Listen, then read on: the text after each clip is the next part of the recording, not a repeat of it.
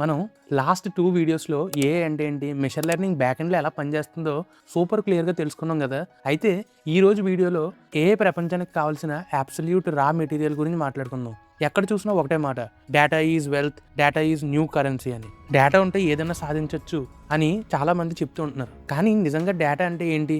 అది కంప్యూటర్‌లోకి ఎలా వస్తుంది? చాలామంది డేటా అంటే ఏదో కాంప్లెక్స్ ప్రోగ్రామింగ్ కోడ్ అని అయితే అనుకుంటారు. ఇది చాలా పెద్ద మిస్‌కన్సెప్షన్. కానీ అబ్సల్యూట్‌గా చెప్పాలి అంటే మీరు రోజు వాడుతున్న సింపుల్ ఎక్సెల్ షీట్స్, మీ ఫోన్లో ఉన్న datas like photos, videos and ప్రతి ఒక్కటి డేటాయే.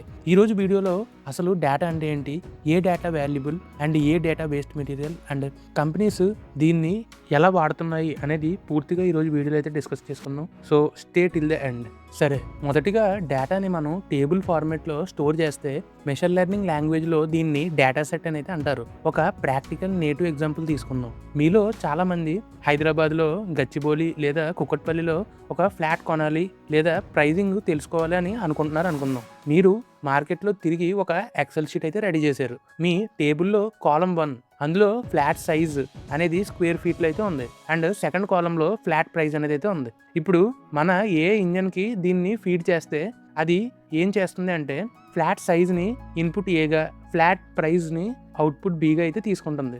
ఆటోమేటిక్గా ఏ టు బి మ్యాపింగ్ అనమాట, మనం ముందు వీడియోలో చెప్పినట్టు.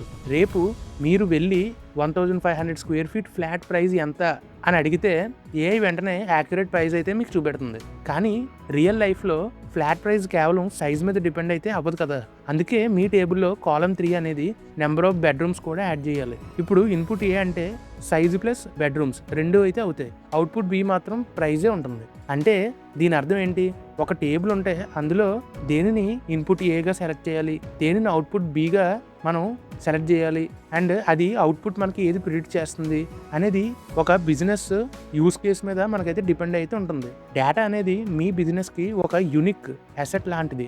ఓకే, ఇప్పుడు మీకు ఒక డౌట్ రావచ్చు, సరే బ్రో ఈ డేటా ఇంపార్టెంటే కానీ అసలు ఈ డేటా మన దగ్గరికి ఎలా వస్తుందని మీకు డౌట్ రావచ్చు. మనం దీన్ని ఎలా కలెక్ట్ చేయాలి, దీనికి మెయిన్గా 3 వేస్ అయితే ఉంటాయి ఫ్రెండ్స్. ఫస్ట్ది వచ్చేసి మాన్యువల్ లేబులింగ్. సపోజ్ మన టాలీవుడ్ హీరోస్ అయిన మహేష్ బాబు లేదా అల్లు అర్జున్ ఫ్యాన్ పేజెస్ కోసం మీరు ఒక ఆటోమేటిక్ ఫోటో ట్యాగర్ యాప్ బిల్డ్ చేయాలని అయితే అనుకుంటున్నారు. మీరు ఇంటర్నెట్ నుండి ఒక 10,000 ఫొటోస్ని డౌన్లోడ్ చేసి ప్రతి ఫోటో కింద ఇది మహేష్ బాబు ఫోటో, ఇది అల్లు అర్జున్ ఫోటో అని మాన్యువల్గా లేబుల్ ఇస్తారు. దాన్నే మనం మాన్యువల్ లేబులింగ్ అని అయితే అంటాం.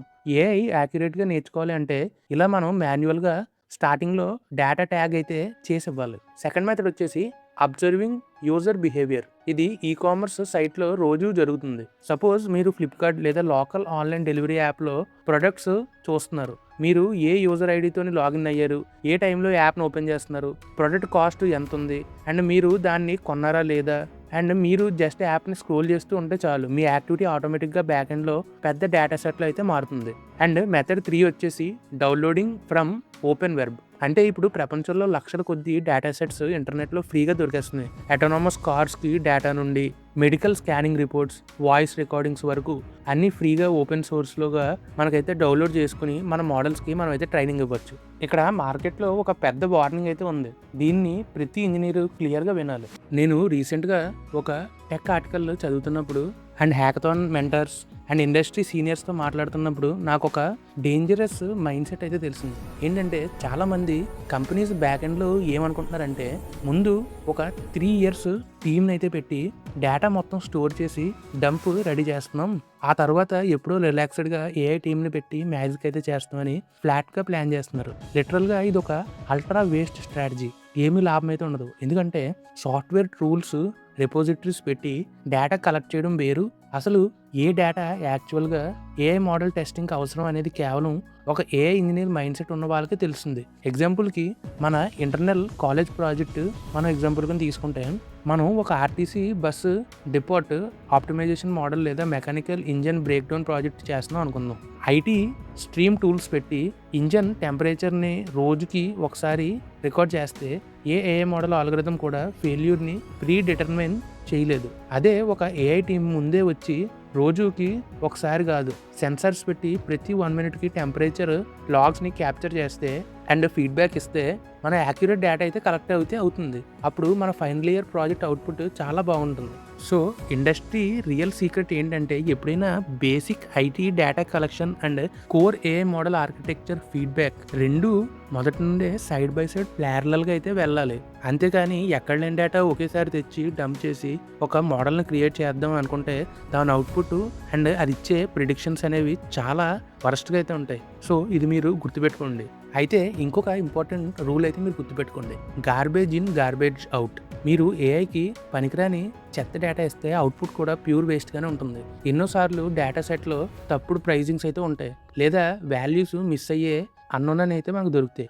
ఏఐ టీము దొరికిన డేటాని ముందు క్లీన్ చేయాలి. చివరిగా డేటాలో మెయిన్గా 2 టైప్స్ అయితే ఉంటాయి, structured data, unstructured data. Structured data అంటే క్లీన్గా ఎక్సెల్ షీట్స్లో, టేబుల్స్లో, రోస్ అండ్ కాలమ్స్ రూపంలో మనకైతే క్లియర్గా డేటా అయితే ఉంటుంది. కస్టమ్ బిజినెస్ క్యాలిక్యులేషన్స్కి, ప్రైజింగ్ ఎస్టిమేషన్స్కి ఇది చాలా పర్ఫెక్ట్గా అయితే పనిచేస్తుంది. రెండవది అన్స్ట్రక్చర్డ్ డేటా, అంటే మన photos, audio files and text messages. మనుషుల్లో దీన్ని ఈజీగా చూసి అర్థం చేసుకోగలరు, కానీ మిషన్స్కి ఇది చాలా కష్టమైతే అవుతుంది ప్రాసెస్ చేయడానికి. అండ్ ఈ మధ్య వచ్చిన generative AI like ChatGPT, mid journey అంతా ఈ అన్స్ట్రక్చర్డ్ డేటాని జనరేట్ చేయడంలో వీళ్ళైతే కింగ్ అనేది చెప్పచ్చు. అండ్ మన ట్రెడిషనల్ సూపర్వైజ్డ్ లెర్నింగ్ మాత్రం ఈ 2 టైప్స్ ఆఫ్ డేటా పైన అబ్సల్యూట్గా బాగా అయితే పనిచేస్తుంది.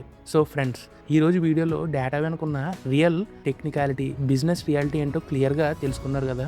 అయితే ఇండస్ట్రీలో అందరూ త్రో చేసే కొన్ని హై టెక్ వర్డ్స్ మనకైతే ఉన్నాయి, like AI, machine learning, data science. అసలు ఈ మూడింటిని మనమైతే వింటున్నాం కదా. సో వీటి మధ్య ఉన్న అబ్సల్యూట్ థిన్ లైన్ డిఫరెన్స్ అయితే ఏంటి, అండ్ ప్రతి కాన్సెప్ట్ ఒకటైనా లేదా కంప్లీట్లీ డిఫరెంట్ అనేది మన మాస్టర్ క్లాస్లో నెక్స్ట్ వీడియోలో మనం పర్ఫెక్ట్గా క్లారిటీతో అయితే చూద్దాం. ఈ వీడియో మీకు సూపర్ యూస్ఫుల్ అని అనిపిస్తే వెంటనే మీ ఫ్రెండ్స్కి షేర్ చేసి మన ఛానల్ అయితే సబ్స్క్రైబ్ చేసుకోండి. ఇలాంటి వాల్యుబుల్ కంటెంట్ మీకైతే డెలివర్ చేయడానికి మేమైతే ప్రయత్నిస్తూనే ఉంటాం. అండ్ ఈ వీడియో ఎలా అనిపించిందో కింద కామెంట్స్లో కూడా మీరైతే మాకు చెప్పొచ్చు. వచ్చే వీడియోస్లో మళ్ళీ కలుద్దాం. Until then happy learning.